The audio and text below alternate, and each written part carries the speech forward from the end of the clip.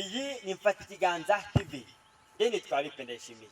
Abari mu mpande zose z'u Rwanda ndetse no ku isi hose muri rusange, ndabibutse ko ugomba gukora subscribe ndetse ukora share kugira ngo ukurikire ibiganiro byanjye nzakoresha cyangwa se nkora bityo kino televiziyo. Wakwibaza ngo ni ibihe? Bafitiye ikiganiro cy'abana by'umwihariko kizitwa Tubatege Amatwi. Abo ni bande? Ni abana bari munsi y'imyaka 15 bose, duhuriza hamwe tukabaganiriza tukamenya se umwana atekereza iki, umwana afite izihe nzozi, ese arifuza kuba iki, ese ibinabona bimugaragiye ayifata gute. Byose uzabigiramo uruhare. Ukoze subscribe ndetse ukoze share, ugakundisha n'abandi bagenzi bawe kujya munkurikira cyane. Icya kabiri, bafite cyazo ubwenge.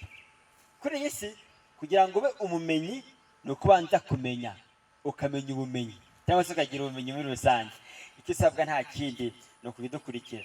Tubategurira ibibazo bitandukanye mu mpande zose: ubuzima bwacu, imiterere ya muntu yumvikana, kumenya ese isi igeze hehe muri iterambere turimo, tekinoloji, amateka y'u Rwanda, hose tuzakorayo.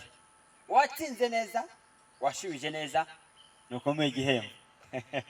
Icyo usabwa no subscribe ndetse ukankurikira cyane. Ndabakunda cyane kandi nzanizezwa nawe no kubona wankurikiye. God bless.